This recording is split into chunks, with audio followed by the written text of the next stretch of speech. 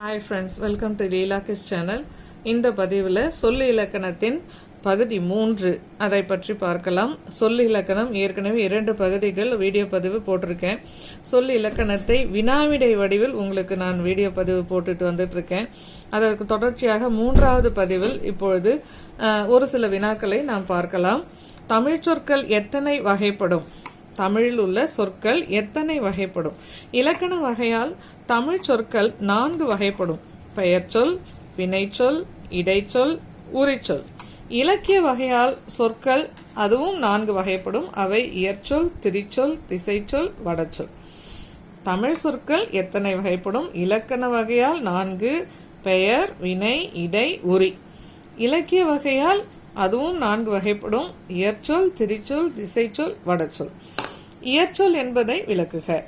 செந்தமிழ் சொல்லாய் மாறுபாடு இல்லாமல் கற்றவர்க்கும் கல்லாதவர்க்கும் எளிதில் பொருள் விளங்கும்படி உள்ள இயல்பான சொற்கள் இயற்சொல் எனப்படும்.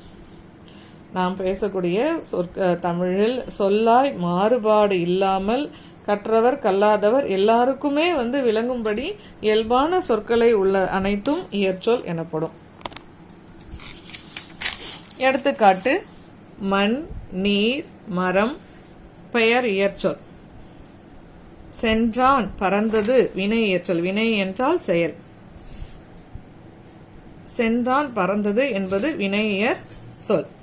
கண்ணால், ஆள் வேற்றுமையுருபு இடையியற் சொல். சாலவும் நன்று அது உயிரியற் சொல். திரிசொல் என்பது யாது?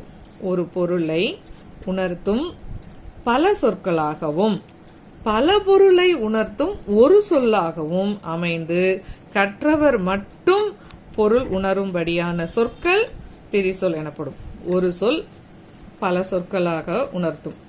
பல அதுக்கான பொருள் இருக்கும். பல சொற்கள் சேர்ந்து ஒன்றை மட்டுமே உணர்த்தும். இவ்வாறாக வருவதுதான் திரிசொல். எடுத்துக்காட்டு: கமலம், கஞ்சும், முண்டகம், முளரி. இவை அனைத்தும் தாமரை என்னும் ஒரே பொருளை குறிப்பதால் இவை ஒரு பொருள் உணர்த்தும் பல திரிசொற்களாகும்.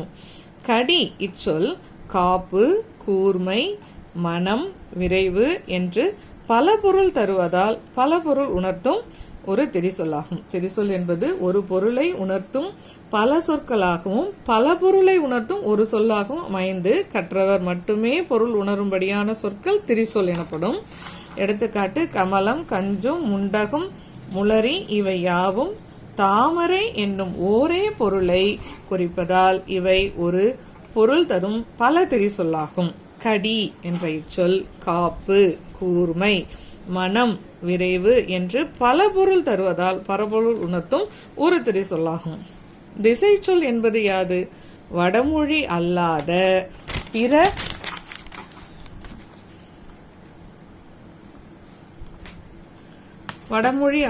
பிறமொழி சொற்கள் அம்மொழிகளில் எவ்வாறு வழங்கினவோ அவை அப்பொருளிலேயே தமிழில் வருவது திசை சொல்லாகும்.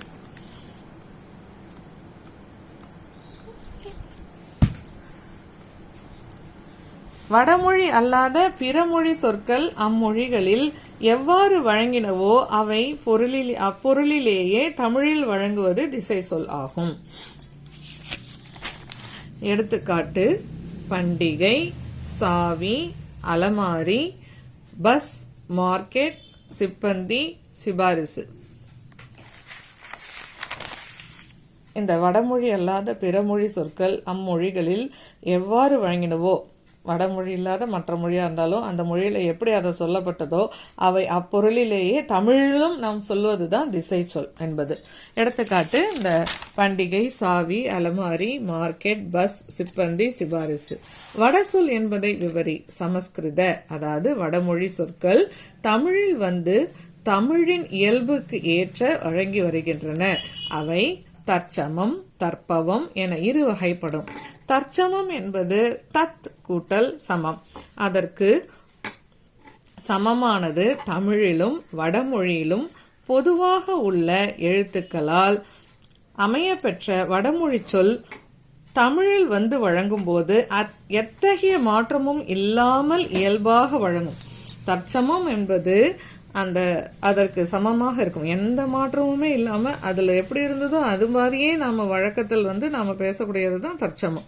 இதற்கு தற்சமம் என்று பெயர். எடுத்துக்காட்டு கமலம், காரணம், குங்குமம்.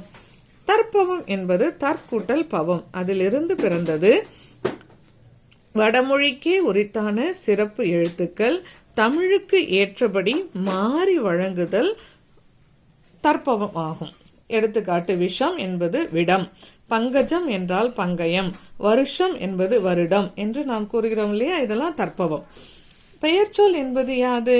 இடுகுறியாகவோ காரணமாகவோ ஒன்றன் பெயரை குறிக்கும் சொல் பெயர்ச்சொல் ஆகும். அது திணை,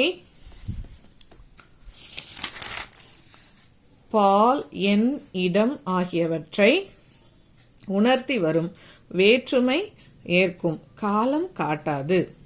திணை, பால், எண், இடம் ஆகியவற்றை உணர்த்தி வரும் வேற்றுமை ஏற்கும் காலம் காட்டாது. பெயர்ச்சொல்லின் வகைகளை எடுத்துக்காட்டுடன் விளக்குக. பொருட்பெயர்.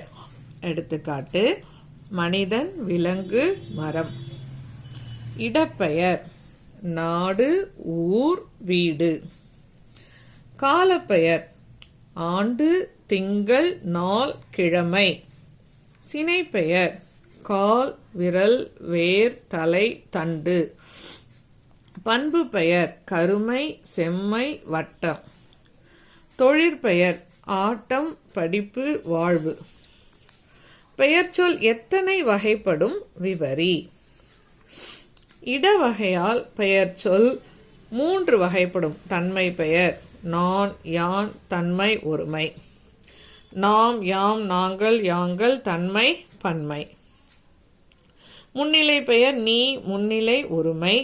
நீங்கள், நீவீர், நீர், முன்னிலை, பன்மை. படர்க்கை பெயர் அவன், கண்ணன், ஆண்பார் பெயர்கள். அவள், வனிதை, பெண்பார் பெயர்கள். அவர், மக்கள், பலர்பார் பெயர்கள். அது, மாடு, மரம், ஒன்றன்பார் பெயர்கள். அவை, பசுக்கள், மாடுகள், பலவின்பார் பெயர்கள். இடுகுறி பெயர் என்பது யாது? இதற்கு இன்ன காரணம் என்று கூற முடியாமல் ஒன்றிற்கு வழங்கப்படுவது இடுகுறி பெயராகும். எடுத்துக்காட்டு கல், மண், நாய், மனிதன். காரண பெயர் என்றால் என்ன? ஏதேனும் காரணம் பற்றி ஒன்றிற்கு வழங்கப்படுவது காரண பெயராகும். எடுத்துக்காட்டு பறவை, வளையல், நடிகர், அணி. காரண இடுகுறி பெயர் என்றால் என்ன? காரண இடுகுறி பெயரில் காரணம் இருக்கும், மற்றொரு வகையில் காரணம் இருக்காது, ஆனால் இடுகுறி பெயராகவும் இருக்கும். இவ்வாறு காரண பெயராகவும் இடுகுறி பெயராகவும் வரும் சொல் காரண இடுகுறி பெயர் என்று வழங்கப்படும். எடுத்துக்காட்டு காற்றாடி, முள்ளி, முக்கண்ணன். திணை என்பது என்ன? எத்தனை வகைப்படும்? திணை என்பது ஒழுக்கம். ஒழுக்கம் கருதி உலகில் உள்ளவற்றை உயர்திணை, அஃறிணை என 2 வகையால் பிரிப்பர். திணை என்பது ஒழுக்கம். ஒழுக்கம் கருதி உலகில் உள்ளவற்றை உயர்திணை, அஃறிணை என 2 வகையாக பிரிப்பர். உயர்திணையாவது யாது? அஃறிணையாவது யாது? மக்கள், நரகர், தேவர் இவர்களை குறிக்கும் சொல் உயர்திணை. மற்ற யாவற்றையும் குறிப்பது அஃறிணை. எடுத்துக்காட்டு நாய், வீடு, மரம், பழம் போன்றவை அஃறிணை. பால் எத்தனை வகைப்படும்? அவை யாவை? பால் என்பது பகுப்பு. அது 5 வகைப்படும்.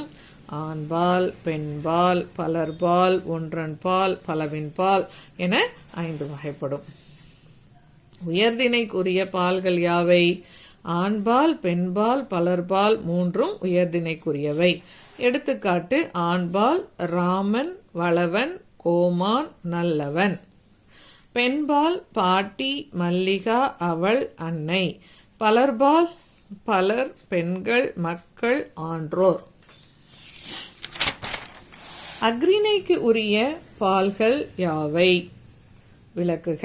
ஒன்றன் பால், பலவின் பால் இரண்டும் அஃறிணைக்கு உரியவை ஆகும். ஒரே ஒரு பொருளை குறிப்பது ஒன்றன் பால் ஆகும். அது பெயர் சொல்லாக இருக்கும். எடுத்துக்காட்டு அது, இது, எது, மரம், கல் ஒன்றிற்கு மேற்பட்டவற்றை குறிப்பது பலவின் பால் ஆகும். எடுத்துக்காட்டு அவை, இவை, எவை, மரங்கள், கற்கள். பால்பகா அஃறிணை பெயர்கள் விவரி. இன்ன பால் என்று பகுத்து கூற முடியாதவை பால்பகா அஃறிணை ஆகும். எடுத்துக்காட்டு குதிரை, மாடு, பறவை என்பது பால்பகா அஃறிணை. ஒருமை பன்மை விவரி. ஒரே ஒரு பொருளை குறிப்பது ஒருமையாகும். எடுத்துக்காட்டு மனிதன், சிறுவன், குதிரை, மலர், மரம். ஒன்று அல்லாத எல்லாமும் பன்மையாகும். எடுத்துக்காட்டு மனிதர்கள், சிறுவர்கள், குதிரைகள், மலர்கள், மரங்கள். ஒருமைக்குரிய பால்கள் யாவை? ஒருமைக்குரிய பால்கள் ஆண்பால், பெண்பால், ஒன்றன் பால். எடுத்துக்காட்டு ஒருவன், ஒருத்தி, ஒன்று. பன்மைக்கு உரிய பால்கள் யாவை? பலர்பால், பலவின்பால் பன்மைக்குரிய பால்களாகும். எடுத்துக்காட்டு ஆண்கள், பெண்கள், குதிரை, மரங்கள், பறவைகள். இத்துடன் இந்த சொல்லிலக்கணத்தினுடைய பகுதி 3 நிறைவு பெறுது. உங்களுக்கு இந்த வீடியோ பிடிச்சிருக்குன்னா லைக் பண்ணுங்க, ஷேர் பண்ணுங்க, கமெண்ட் பண்ணுங்க, சப்ஸ்கிரைப் பண்ணுங்க. இதுதான் முதல் தடவையாக பார்க்குறீங்கனாக்கா தயவுசெய்து சேனலை சப்ஸ்கிரைப் பண்ணுங்க. இது வரைக்கும் சப்ஸ்கிரைப் பண்ணவங்க எல்லாருக்கும் என்னுடைய மனமார்ந்த நன்றி. அடுத்த வீடியோ பதிவில் உங்களை நான் மீண்டும் சந்திக்கிறேன். அதுவரை உங்களிடம் இருந்து விடைபெறுகிறேன். நன்றி, வணக்கம்.